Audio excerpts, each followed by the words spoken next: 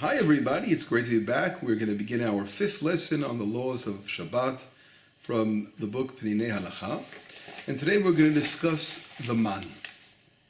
And we know that for 40 years the man, which is known in English as the manna, came down in the desert. And the question is, what do we learn from the man falling in the desert? How does this connect to Shabbat? So we see that it says in Exodus 15, verse number 4, behold, I will bring down bread from the heavens, and the nation went out, and they picked every day, so that I will test them to see if they will go according to my statutes, the Torah, or if not. Here we see that Israel was being tested through the manna. What was this test for 40 years in the desert? In reality, the human beings have an instinct of trying to hoard money, to worry about making a living. This kind of worry, and this causes people to constantly be concerned with food, and that's why people sometimes have a tendency of overeating, or just constantly this inner instinct in a way of, we call it in Hebrew, Yetzer Hara, this urge, this evil urge, to constantly run after materialism. And this was really the lesson, one of the lessons we were taught in the desert, where for 40 years, every day we were given an exact amount of food that we would have for that particular day. And therefore, we see over here that the whole purpose of the man was, again, to train the people of Israel to think in a different way, in a different light about, in relationship to their livelihood and to their food. And what was the purpose of that? And the purpose of that was in order to allow us to learn to cleave to God for everything, for our sustenance, and realize that everything is from God. If we look in Deuteronomy, chapter number 8, verse number 3, it says like this. It says, "Vayancha, vayarivecha, vayachilcha et haman asher lo yadata v'lo yadaun avotecha." In other words, God sort of caused us to be hungry and a little suffering by giving us the man, which we didn't know what the man was, nor did our forefathers know what it was. In order to teach man that man is not living alone on bread. Because a person in reality is supposed to live on what comes out of the Creator's mouth. In other words, we have to arise above the levels of other creations, animals, for example, or insects, or any other creation that is in a constant chase all day long for food. And that's really what the concern and the worry is about in most creations. But we as human beings have to rise above them. That's really God was teaching us through the man. And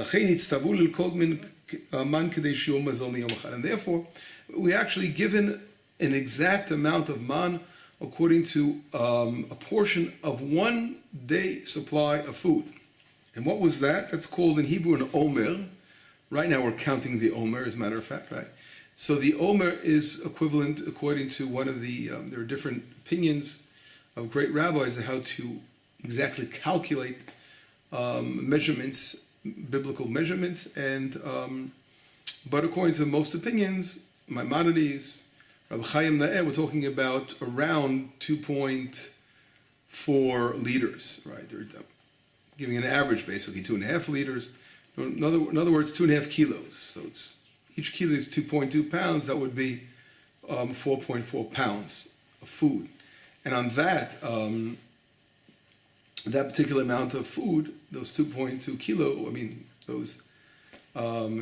like 2.4 kilos, or whatever you want to call it, we would have to survive. That would be our rations for the day.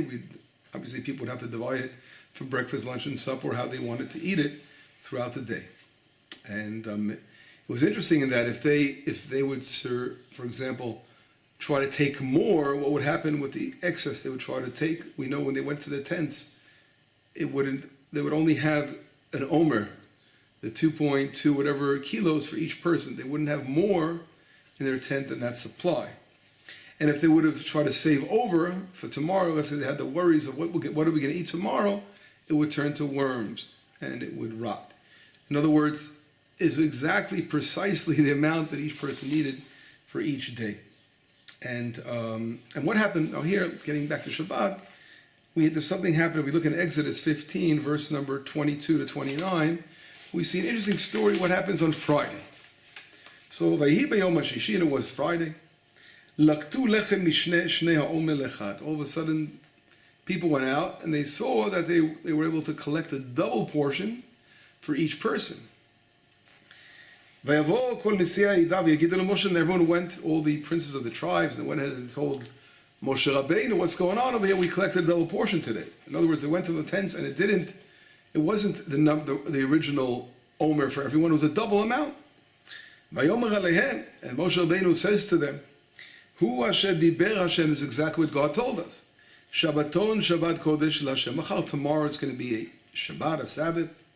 Et asher tofu, efu, whatever you bake, vet asher tibashelu, bashelu, and whatever you to cook. Vet kol ha'odef enichu lechem leishmer ad habokar. Everything left over, leave it for the next day for Shabbat. Ve'anichu oto ad habokar kasher tziva Moshe, and they left it over for the morning, as Moshe commanded. V'lo hivish, rima lo hayta bo, it did not rot, there were no worms.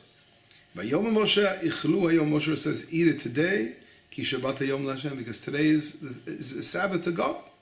Hayom lo timtzu, but today you're not going to find it in the fields. Shesh yamim tilketu, 6 days you will gather it, and on the 7th day, Shabbat lo yebo. On Shabbat it will not be in the field again. Vayihi b'yom hashvi'i, yetzu min ha'am, and what happens? Lo and behold, on the 7th day, people of the nation went out, lilkot v'lo matzu, and they went out to gather up man, and they didn't find any. Vayomer Hashem Moshe, and God says to Moshe Rabbeinu, Ad ana me'antem l'shmor mitzvotai v'torotai. How long are you going to not fulfill my commandments? God is saying. In other words, everything was already told in advance what to do, and people still went out to look for letting their human instincts take over, and running out there looking for food when they weren't supposed to. And he says, look, God gave you the Sabbath, and therefore he gives you on Friday a double portion of bread. Every person should stay where he is. A person should not leave his dwelling on Shabbat. In other words, he shouldn't leave and collect. You're allowed to walk outside, but you can't carry and deal with that on the Sabbath. In other words, Israel was slowly being introduced to the Sabbath, what it was like to observe the Shabbat. It wasn't something that came natural, as we see. People were still slaves to their instincts, to their desires. And we were supposed to, of course, as human beings, enlightened human beings, supposed to rise above that as the people of Israel. And right away, our rabbis bring down in the Midrash, this was the blessing of Shabbat. That on Friday, a double portion would come down, and that was a special blessing of Shabbat. And really, in reality, we can ask a question. What kind of blessing is this on Friday that we get a double portion? Why? Because in reality, each day remained the same exact precise amount of food. In other words, Friday they had the Omer, the 2.2 whatever kilos of Friday, and there were 2.2 kilos for Shabbat. But in reality, it was the same amount each day. So what was special about Friday? And the answer is that it's very interesting on Friday, the fact that a double portion came down, although again it was the same amount that we're going to have each day, but still the worry about where our next meal is going to come from was taken away from us. In other words, we had no more worry about what we're going to eat on Shabbat. Friday we were already, what's the word?